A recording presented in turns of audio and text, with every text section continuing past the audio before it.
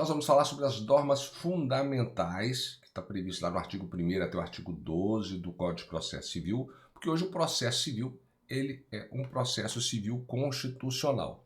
Quando nós pegamos aqui o artigo 1º, nós vejamos, olha só, o processo civil será ordenado, disciplinado, interpretado conforme os valores e as normas fundamentais estabelecidas na Constituição da República Federativa do Brasil. Então, a interpretação do processo civil ela tem que ser feita de modo a permitir a eficácia dos direitos fundamentais, né, das garantias de direitos fundamentais, ou seja, nós temos que ter o maior respeito com a Constituição Federal. Então, o CPC ele deve observar a Constituição Federal. Isso é primordial nos dias de hoje.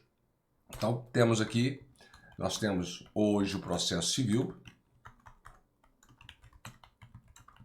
constitucional.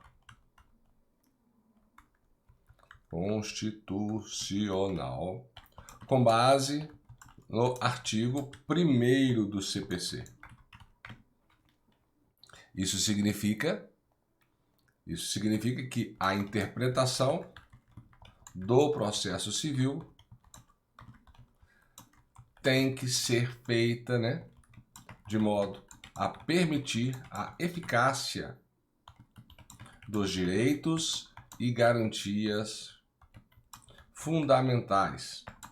Tem que ter o maior respeito com a Constituição Federal. Isso aqui é primordial. Se nós não tivermos isso, já estaria em violação da Constituição. Então, se o CPC ele deve observar a Constituição, ele também vai ter que observar os tratados e as convenções. Então, nós temos tratados e convenções.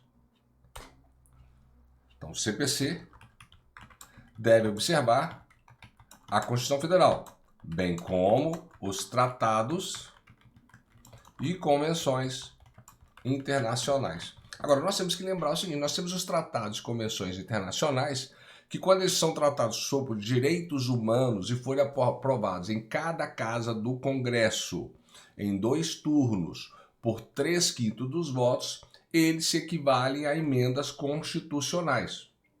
Mas nós temos também aquelas outras matérias que não foram aprovadas por esse quórum e nós temos aí as normas supralegais. Exemplo é o Pacto São José da Costa Rica. Então nós podemos afirmar aqui que o CPC deve observar a Constituição Federal, bem como os tratados e convenções internacionais sobre direitos humanos, que se forem aprovados em cada casa do Congresso Nacional, em 2 turnos, por 3/5 dos votos, serão equivalentes às emendas constitucionais. Bem como, as normas supralegais. Então você vai lembrar que normas supralegais elas estão acima da lei e abaixo da Constituição. Acima da lei e abaixo da Constituição. Uma criação do STF. Nós temos ali que se ela tiver Tratado de Direitos Humanos, um tratado, uma convenção, for aprovado nos 2 turnos no Congresso por 3/5 dos votos, nós teremos aí uma norma que equivale, uma convenção, um tratado que equivale a uma emenda constitucional. Mas se não foi aprovado, não foi de Tratado de Direitos Humanos, por exemplo, mas nós teremos aí supralegal, que foi aprovado pelo Congresso Nacional. Então podemos afirmar que se a interpretação da norma processual fere a Constituição, a norma processual submete-se ao controle de constitucionalidade.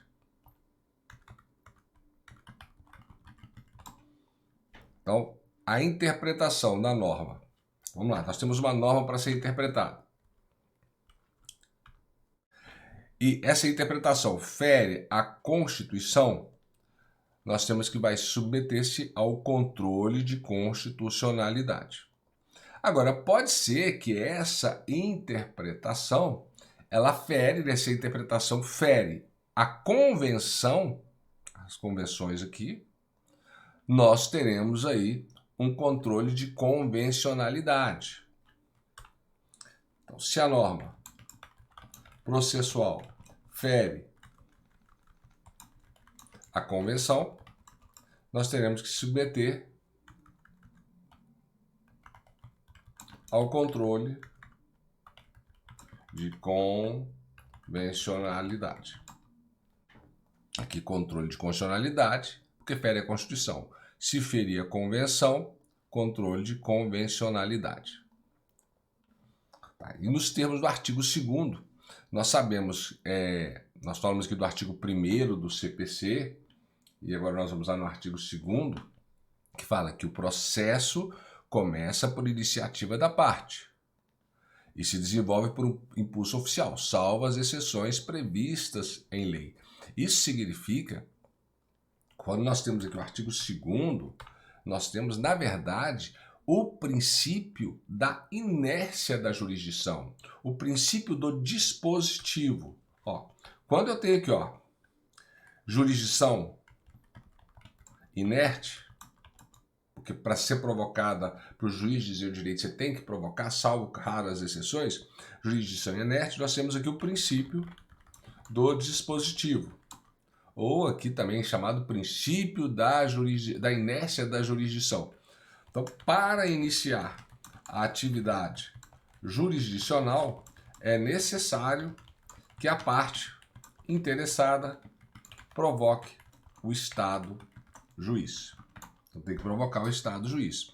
E o processo, então nós sabemos, de acordo com o artigo 2º, o processo ele começa pela iniciativa da parte. Ó, o processo inicia pela parte, mas se desenvolve por impulso oficial. Então, o impulso é oficial, porque salvo as exceções previstas em lei. Então, toda vez que o juiz puder atuar sem a provocação da parte, nós não temos o princípio do dispositivo. Toda vez que o juiz pode atuar sem a provocação da parte, temos o princípio inquisitivo. Então preste atenção, porque nós temos aqui umas diferenças básicas do que seria aqui. Deixa eu marcar.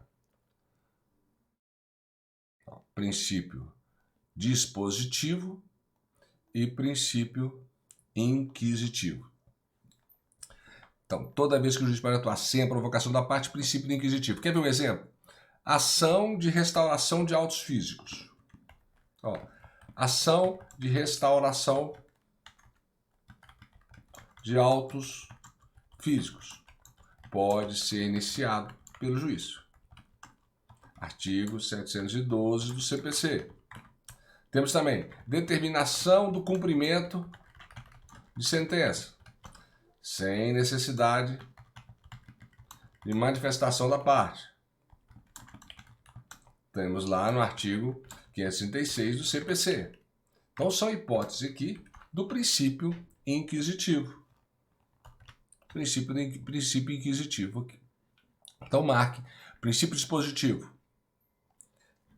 Princípio da inércia. O processo só começa pela iniciativa da parte. Agora, quando o juiz pode iniciar o processo? Não é o dispositivo, é o princípio inquisitivo. Então, essa é a diferença básica. Princípio dispositivo, princípio inquisitivo, que isso já foi cobrado em prova. Anotou, guardou aí.